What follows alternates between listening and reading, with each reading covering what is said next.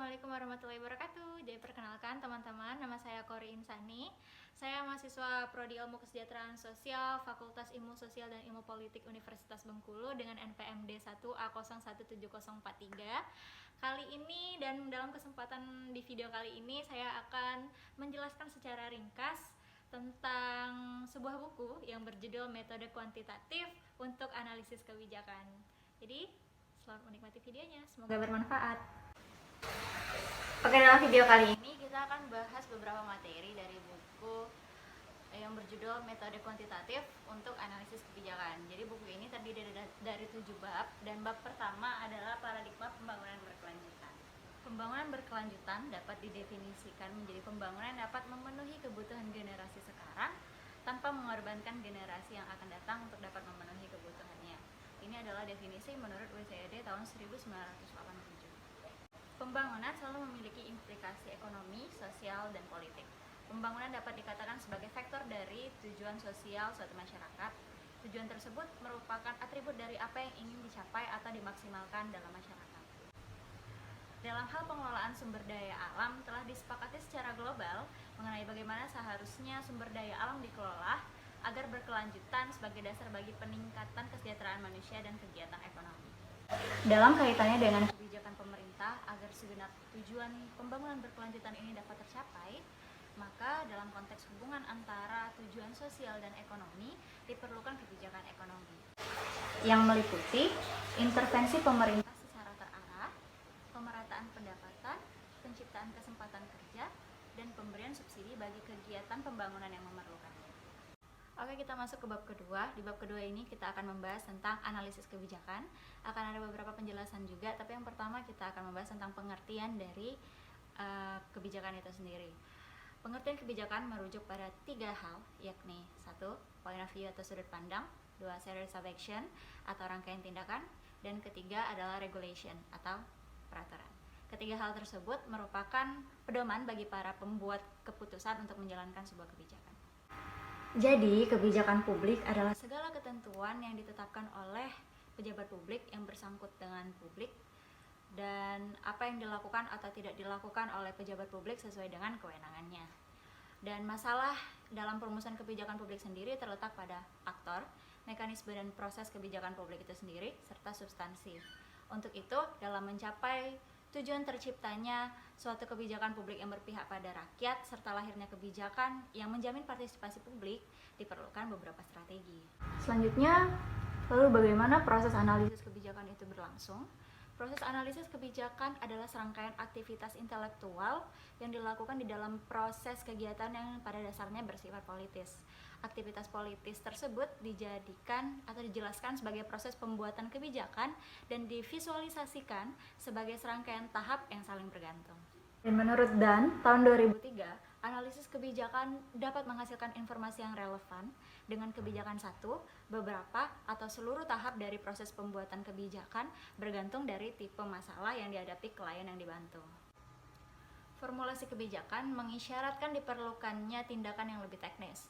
Caranya dengan menetapkan atau menerapkan metode penelitian guna mengumpulkan informasi yang diperlukan untuk merumuskan permasalahan kebijakan dan mencari berbagai alternatif solusi kebijakan. Masalah utama yang dihadapi dalam formulasi kebijakan sendiri adalah merumuskan apa sebenarnya masalah dalam kebijakan yang harus dipecahkan. Jadi untuk menentukan masalah yang harus dipecahkan itu sendiri adalah masalah. Dan sekarang kita masuk ke bab ketiga, dan yang pertama akan kita bahas di bab ketiga ini adalah pengertian dari apa itu partisipasi. Partisipasi dapat didefinisikan sebagai bentuk keterlibatan dan keikutsertaan masyarakat secara aktif dan sukarela, baik karena alasan-alasan dari dalam maupun dari luar dirinya dalam keseluruhan proses kegiatan yang bersangkutan.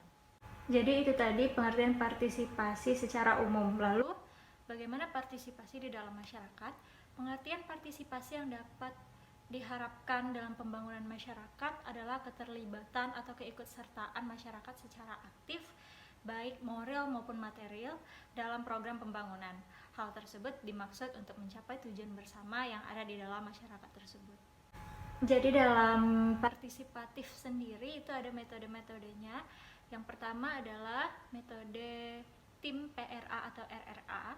Jadi Tim ini adalah sebuah tim peneliti yang dibentuk untuk memfasilitasi proses pengkajian keadaan wilayah di suatu lokasi yang akan atau sudah dilakukan program pendampingan.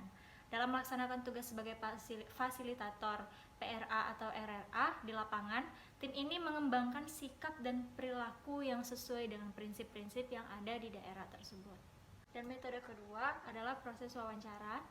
Jadi di wawancara ini ada daftar pertanyaan rinci. Jadi kita menyiapkan pertanyaan rinci menggunakan daftar pertanyaan ataupun hanya garis-garis besar pertanyaan saja. Hanya saja kalau menggunakan pertanyaan yang rinci, maka tidak akan ada pertanyaan penting yang terlewatkan.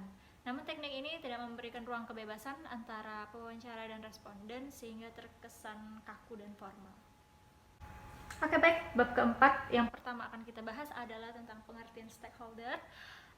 Stakeholder merupakan masyarakat yang memiliki daya untuk mengendalikan penggunaan sumber daya seolah-olah mereka tidak terkena pengaruh, tetapi kehidupannya dipengaruhi oleh perubahan penggunaan sumber daya alam tersebut. Stakeholder berbeda dengan pelaku atau aktor. Stakeholder adalah bagian yang secara langsung terkait dengan hasil kajian. Mereka menjadi pengguna di masa depan dari suatu hasil kajian tersebut. Sementara aktor atau pelaku adalah semua masyarakat dalam suatu wilayah yang memainkan suatu peran dalam suatu sektor tertentu. Mereka bukan kelompok sasaran atau target group bagi hasil suatu kajian. Jadi aktor berbeda dengan stakeholder. Oke, next kita akan ke bab kelima. Yang pertama akan dibahas di bab kelima ini adalah pendekatan kuantitatif. Menurut Erianto, metode kuantitatif merupakan metode riset untuk mengukur secara akurat tentang suatu perihal yang sedang dikaji. Dan langkah-langkah dalam pengambilan keputusan dengan pendekatan kuantitatif dapat disajikan dengan 1. Mendefinisikan masalah, 2. Mengembangkan model, 3. Mengumpulkan data, 4. Membuat solusi, 5. Menguji solusi, 6. Mengimplementasikan hasil. Analisis yang kedua adalah analisis prospektif. Analisis prospektif ini adalah suatu cara atau pendekatan untuk menganalisis beragam kemungkinan yang terjadi di masa depan berdasarkan situasi saat ini. Analisis prospektif tidak sama dengan peramalan karena situasi saat ini tidak dapat digunakan untuk meramal masa depan. Dan analisis yang ketiga adalah analisis SWOT dan AHP. SWOT seperti mungkin yang sudah teman-teman ketahui juga adalah singkatan dari strength, weakness, opportunity, dan threats. Jadi ada strength, kekuatan, ada weakness, kelemahan, opportunity, kesempatan, dan threats adalah pelayanan. Dan selanjutnya AHP. AHP merupakan sebuah pendekatan pengambilan keputusan yang didesain untuk membantu menyelesaikan permasalahan dengan kriteria yang sangat kompleks dan diprioritaskan pada kriteria paling dominan. Tahap terpenting dari AHP ini adalah penilaian perbandingan berpasangan yang pada dasarnya merupakan perbandingan tingkat kepentingan antar komponen dalam suatu hierarki. Dan ini adalah pengertian dari Satie tahun 1993. Selanjutnya ada analisis yang keempat, yaitu analisis trade-off. Analisis trade-off atau trade-off analysis disingkat TOA merupakan sebuah proses di mana stakeholder dilibatkan untuk mempertimbangkan strategi-strategi pengelolaan yang berbeda dan secara tegas menentukan prioritas kegiatan. Ini adalah pengertian menurut Brown et al. Tahun 2001. Proses ini membutuhkan informasi untuk dapat menjawab pertanyaan stakeholder mengenai dampak dari setiap kegiatan yang berbeda terhadap sumber daya yang dipermasalahkan. Dan ada 2 langkah penting dalam analisis TOA ini yang digunakan dalam penelitian, yaitu analisis stakeholder dan analisis multikriteria. Masih di bab kelima, yang kelima akan dibahas adalah tentang multidimensional scaling. Multidimensional scaling atau disingkat MDS dapat memotret tingkat keberlanjutan pembangunan pada saat ini atau existing condition yang dilihat dari semua dimensi pembangunan. Berdasarkan hasil pengamatan, hasil perhitungan ataupun analisis ataupun data sekunder yang tersedia, maka setiap atribut diberikan skor atau peringkat yang mencerminkan keberlanjutan dari dimensi pembangunan yang bersangkutan. Skor ini menunjukkan nilai yang buruk di satu ujung dan nilai yang baik di ujung lainnya. Dan pengertian ini menurut Elder et al. Tahun 2000. Adapun tahapan-tahapan yang dilakukan dalam analisis MDS ini adalah 1. Studi literatur, 2. Konsultasi ahli, 3. Pengujian atau verifikasi lapangan, 4. Pelaku usaha industri terpilih dan dibantu dengan daftar pertanyaan yang telah dipersiapkan sebelumnya, 5. Tabulasi dan pengelolaan data, serta yang terakhir 6 adalah interpretasi hasil. Dan selanjutnya adalah bab ke-6. Di bab ke-6 ini kita akan membahas contoh aplikasi dalam riset kebijakan yang ada. Itu dijelaskan melalui contohnya kebijakan pengelolaan limbah pabrik kelapa sawit. Strategi pengelolaan limbah PKS dilakukan dengan pendekatan skenario pengelolaan. Berbagai kemungkinan keadaan di masa depan tersebut diformulasikan dalam bentuk skenario strategi. Pendekatan yang digunakan untuk perumusan skenario pengelolaan limbah PKS di PTPN 6 adalah analisis prospektif. Analisis prospektif mampu mengeksplorasi kemungkinan di masa yang akan datang sesuai dengan tujuan yang sudah ditetapkan sehingga dapat dipersiapkan tindakan strategis masa depan dengan cara menentukan faktor-faktor kunci yang berperan penting dalam mencapai keberlanjutan pengelolaan limbah PKS ini. Selanjutnya adalah desain kebijakan pembangunan wilayah pesisir Kabupaten Subang. Ini contoh diambil dari Suwaidi tahun 2007. Wilayah pesisir merupakan ekosistem yang produktif dan kompleks, baik dinamika sistem ekologinya maupun sistem sosial ekonomi masyarakatnya. Ekosistem pesisir menghasilkan bahan dasar untuk pemenuhan kebutuhan pangan, keperluan rumah tangga, dan industri yang bernilai ekonomi tinggi. Dalam proses perencanaan pembangunan wilayah pesisir, terdapat 2 hal penting, yakni 1. Menentukan keadaan yang diinginkan di masa depan, dan 2. Memikirkan strategi dan tindakan untuk mencapai keadaan tersebut. Ini adalah menurut Lawrence tahun 1998. Sifat wilayah pesisir yang multi-objektif, multi-stakeholder, dan berbagai konflik kepentingan yang mengakibatkan dilema dalam proses pengambilan keputusan. Ini menurut Brown et al. Tahun 2001. Model selanjutnya adalah model kebijakan pengembangan kawasan transmigrasi berkelanjutan. Dalam upaya pembangunan kawasan transmigrasi berkelanjutan, diperlukan kebijakan yang terpadu dan komprehensif, mempertimbangkan berbagai aspek yang sesuai dengan kondisi kawasan, yakni aspek lahan, ekonomi, sosial budaya, teknologi, kelembagaan, dan aksesibilitas. Selain itu, proses pengambilan keputusan kebijakan pengembangan kawasan hendaklah dilakukan secara partisipatif. Oke, kita akan berada di sesi akhir dari penjelasan dari keseluruhan buku ini, dan di bab ke-7 ini hanya akan membahas implikasi mengenai materi-materi dan teori-teori yang tadi telah kita bahas sama-sama. Dan yang harus saya jelaskan dalam video kali ini adalah salah satu pendekatan yang dapat mengakomodasi berbagai konsep adalah pendekatan kuantitatif. Pendekatan ini dapat mengintegrasikan faktor ekologi, ekonomi, dan sosial secara simultan dengan melibatkan semua stakeholder.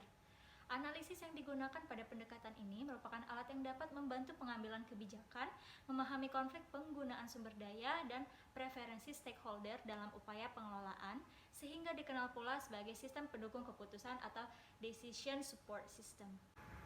Konsep pengembangan berkelanjutan telah diadopsi oleh setiap negara untuk diimplementasikan dalam kegiatan pembangunan, mulai dari tahap perencanaan, pelaksanaan, hingga evaluasi. Dalam hal pengelolaan sumber daya alam, telah disepakati secara global mengenai bagaimana seharusnya sumber daya alam dikelola agar berkelanjutan sebagai dasar bagi peningkatan kesejahteraan manusia dalam kegiatan ekonomi. Dalam kesepakatan ini jelas bahwa pengelolaan sumber daya alam harus mempertimbangkan ketiga aspek sekaligus, yaitu ekonomi, sosial, dan ekologi. Berbagai konsep dan pendekatan tersebut pada dasarnya memiliki keunggulan dan kelemahan dalam penerapannya. Namun demikian, untuk dapat berfungsi optimal dalam analisis untuk mencapai tujuan yang diinginkan, kelemahan analisis tersebut dapat diminimalisir dengan mengkombinasikan berbagai teknik-teknik analisis yang ada. Misalnya kombinasi antara analisis SWOT dengan AHP menjadi AWOT dapat mengurangi kelemahan AHP dan SWOT. Kombinasi antara AP dan RAPFISH akan mengurangi subjektivitas dan sebagainya. Jadi teman-teman, itu tadi adalah implikasi dan bisa dibilang juga rangkuman dari seluruh teori dan materi yang sudah ada di dalam buku yang kita bahas kali ini. Terima kasih yang sudah menonton, terima kasih perhatiannya, dan semoga juga ilmunya bermanfaat. Assalamualaikum warahmatullahi